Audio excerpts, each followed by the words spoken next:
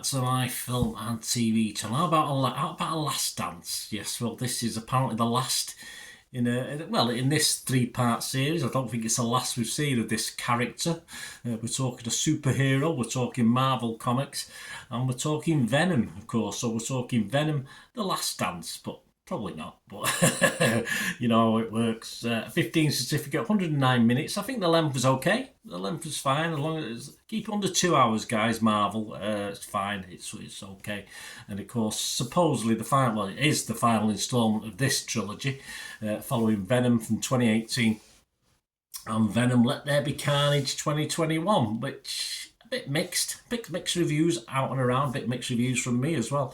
This will start again, or reprising, and some new faces. Tom Hardy as Eddie and Venom, of course, alongside Chiwetel Ejiofor, Juno Temple, Rhys Ifans is in this, Stephen Graham, Peggy Lou, Clark Bacco, Alana Ubach, and Andy Serkis, of course. This was released in the US, and don't check your territories, on or around October the 25th. I'm doing this review on the 27th of October.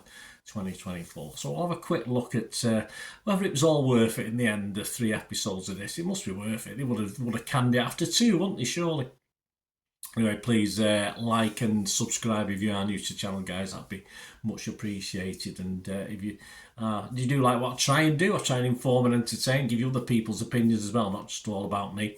I hope if you like it and you want to help support me in some way, just stay tuned after this review and I can give you other ways of supporting the channel. Right, let's get back to this film. No time to waste. You want to know what's going on? Well, Eddie and Venom are on the run, hunted by both of their worlds, and with the net closing in, the duo are forced into a devastating decision that will bring the curtains down on Venom and Eddie's last dance. Yes, there you go. There's what we got. Yeah, I like the scenario. The fact that you've got these two guys who are both being hunted by their own people, which I think, or people as in their own enemies, their own adversaries, if you like. I like that. I like that touch. That's something different. Venom is all, for me, about the humour as well. Sometimes the entity in his quips for me get a little tedious. I'll admit to it. They do make me smile at times. Some what's said, but some of the humour doesn't quite hit. I get a bit bored of it all, in fairness, and it's been the same throughout all three of these Venoms, which isn't good for me, because I like the humour, because this sort of superhero film is all about humour, as well as some reasonable action sequences, but so I just want to be entertained, and I find the humour part of it very important, so not overly convincing.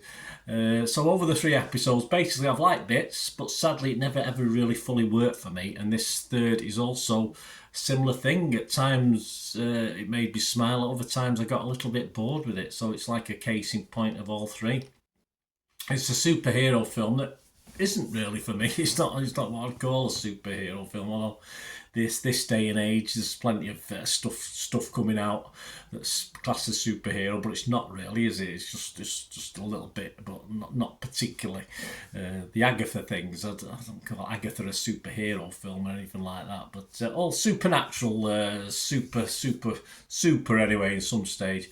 But I was all a little bit unentertained, I think the word is, at times, and this apparent final chapter left me feeling exactly the same. I think looking at some of the critique, I think the public are just about okay with this. I'm not a total downer on it, but as I say, because there were bits I liked, I just found it all a little bit, onto something else, and that's all I could think, really. So my scores on this, I've gone, and it was a close one. On Rotten Tomatoes, I went rotten on it, but it was close. It was almost a fresh, but I couldn't be totally fresh on it. On Metacritic, it's easier because I could sit on the fence on there, and I went mixed on this, so I wasn't positive, I wasn't negative, I went mixed. And as a score, I am going to give it a score, and I didn't even think about not giving it a score, because if somebody don't get 5 out of 10, I don't score it. But this one, yes, I'll give a 5 out of 10 to just an okay score, because as I say, there were bits and pieces in this that I found okay. A couple of characters like Rhys Ifans' character and the family.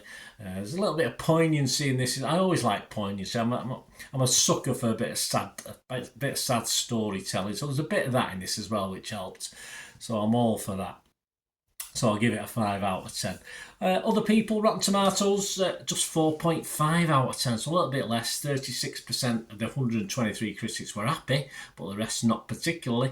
44 fresh and 79 rotten. Metacritic, again, not great. 41 out of 100, so that's based on 42 critics. 6 were positive, 24 were like me, a bit mixed on it, and 12 were negative, so not overly loved. Molly Freeman from Screen Rant, though, she liked it. She gave it 70. She said, The Last Dance, Venom The Last Dance shows what happens when you let a perfectly cast actor and a director with a lot of affection for the character run wild in a world of Marvel superheroes. You get a movie that's a little weird, a lot silly, and full of fun.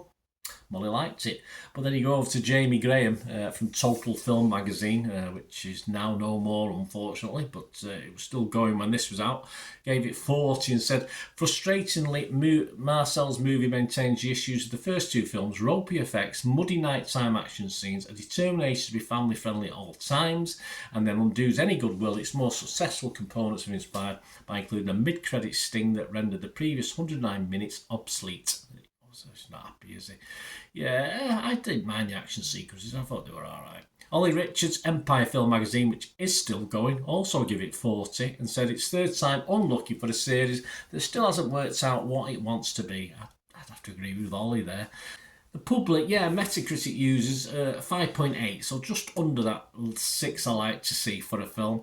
Internet Movie Database, Joe Public, over 12,000 scores and reviews, and it's doing okay. And this might drop slightly, but it's just broke that watchable score for me. That's 6.2 out of 10 it got. So the public generally like it a little bit more than the critics. Me, I sit on the fence on this one, but I'm edging towards being disappointed rather than fulfilled by this film and by this 3-part franchise, really, overall. So there you go, guys. Let me know what you think. It's all opinions, isn't it? It'd be a very boring world if we all thought the same thing, but if you liked it, if you didn't like it, if you're a bit like me in between, let me know. It'd be great to hear from you. And please, as I said, if you do like what I try and do in these vlogs, of course I do football vlogs as well for my team, Manchester City. Please stay tuned of ways you can help me out and help the channel out. Right, a quick shout out before we go for my sponsors at the moment. Piat6505, they've got a little eBay shop. They sell movie posters from the 1990s and 2000s, some great films, some great actors, so please check the link in the comments section below and you'll go straight to the shop. I dispatch everything between 24 and 48 hours, so if you see anything there, you want to order it, you can also mention my name. I mean, they are sponsoring me, so I do my little deal as well, so you can get 10% off.